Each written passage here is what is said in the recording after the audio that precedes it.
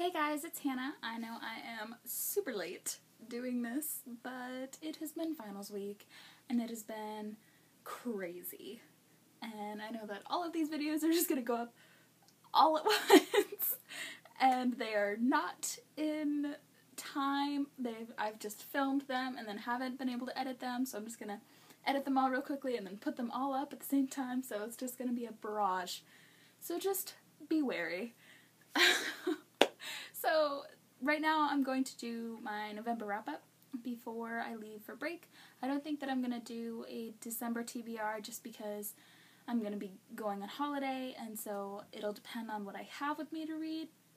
I think that I might pick up Game of Thrones and something else that I'll be able to just like kind of bring along with me close, not like bulky or anything, and not have to bring a lot of books with me because, you know, there's weight limits on things. So probably gonna start Game of Thrones, so I'll have that big chunker of a book with me. So for November, I knew that it was gonna be coming up to finals week, and it's just kind of review and everything, as all of you guys who are in college know, and even in high school, going through finals or midterms, even though you don't have midterms, but like tests. So I didn't want to get too caught up, and before that, October and September were mostly filled with series that I read and definitely put me in a book slump. So I wanted to start reading a lot of standalones just so that I could be one and done, enjoy a book, read it quickly, and not have to be sucked into that world and have to be like, I have to read the next one, I have to read the next one, so that I could also enjoy the book and then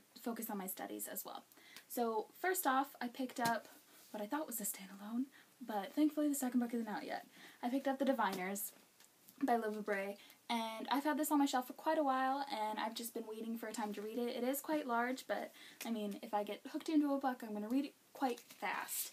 And this has to be my favorite naked book because it is gorgeous. And my favorite thing is that I got this for $10. Yeah, Powell's Books, everybody. Love it. If you guys don't know, this book is set in the 1920s, and it is a paranormal crime novel-ish thing. It's quite the thriller and captivates you and intrigues you until the very last sentence, and it is really good. It does have some, not convoluted, but a little bit loose ends that weren't tied up, and I know that it's going to go on to the second book and be explained, but it was still, some things kind of didn't line up. I gave this book a 4 out of 5 stars on Goodreads. I really liked the characters in this and the amount of research that Lova Bray did for the 1920s in order to write this book. There were definitely, there were perfect usage of phrases and words from the 1920s that you kind of had to get used to while reading it, and it just kind of made me think about how language has changed from then to saying, hey, you Jake, to now being, yo, what's up, YOLO. Modern times, my friends. Modern times. Read it. So next, going along with the standalones, I decided to pick up Every Day. And this is a book by David Levithan. He is the co-author of Nick and Nora's Playlist, Infinite Playlist, and Will Grayson with John Green. I had never read anything by David Levithan, but I've seen this book quite a few places in most of the bookstores and stuff that I've gone to, and it just intrigued me, and the cover is gorgeous, so I thought I'd pick it up. And the synopsis really intrigued me. It's about this person who wakes up in a new body every day. He doesn't overtake the body. He can still access that person's memories, but has to live that day as that person, going through their lives just for that one day, and then at midnight he becomes another person. And he started this when he was a child and didn't know that he was different until he like finally figured it out. So it's really cool, and it's super interesting to hear about like how something like that would make you think, like being in the body of a blind person for a day, or being in the body of a depressed person for a day, or like an ADD person, or a girl versus a boy. I gave it a 5 out of 5 stars because it was just amazing. Moving right along, I started The Young Elites. I know that this is not a standalone, but the next book isn't out, and I thought I would get started. This is by Marie Lu. She's also the writer of the Legend series, which is amazing. I read those last year, and I gave them all a 5 out of 5 stars, actually earlier this year. Yeah. I gave it a 4 out of 5 stars. I think that my expectations were too high because this was quite the hyped book in the last month or so since it's come out, and I was really excited to read it.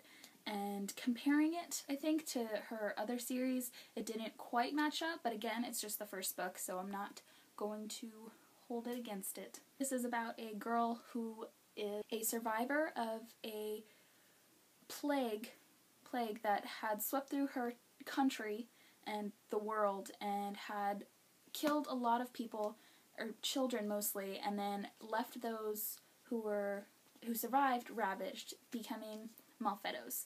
And they started developing powers and have been segregated against and hated, and it's her trying to live through this. And actually, she becomes a part of the Young Elites, which is a society of high power members of the Malfettos who have learned to use their powers and are trying to fight the power. And it's her story. It's actually really good. I'm excited for the next one because Marie Lu set it up quite well, so read it. And last but certainly not least, my favorite book of the month, definitely made my top for the year, is Crash and Burn by Michael Hasson.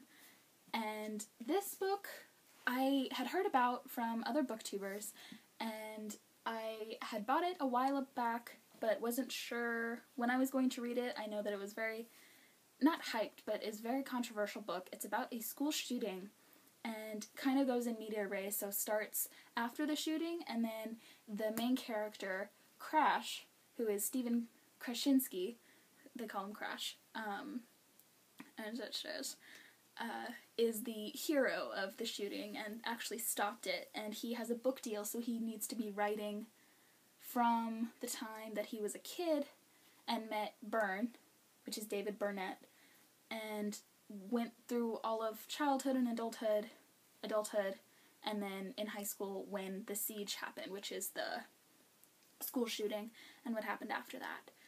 And it's really, really cool. Ned Vizzini actually says it really well on the back. He says, Michael Hasson has written a darkly funny story about a school shooting. I didn't know it was possible, but I knew it was brave. Thankfully, he pulls it off. And he does so well. I know this might not be the best thing, but I love reading from a perspective of somebody who has a mental instability. That's not entirely the right word, but our main character, Crash, has ADD and possibly something else. He never finds out. And so reading from his perspective is really cool because we get to go through what exactly that is. And Byrne definitely has some psychological issues. And so hearing about how that affects everybody and how they think, and even just like some of their everyday tasks that they have to go through, which are easy to us, are completely different in your mind. And it was a great story about like just growing up with the people and seeing how they change, and kind of made me think of the people that I grew up with and how they've changed. And it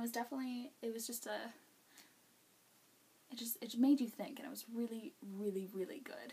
Yeah, so 5 out of 5 there, and I'm not going to tell you anymore because you need to read this. It is so good. Alright guys, that is it for November, what I read. If you like what you're watching, keep watching, and I will put up more videos in a timely manner.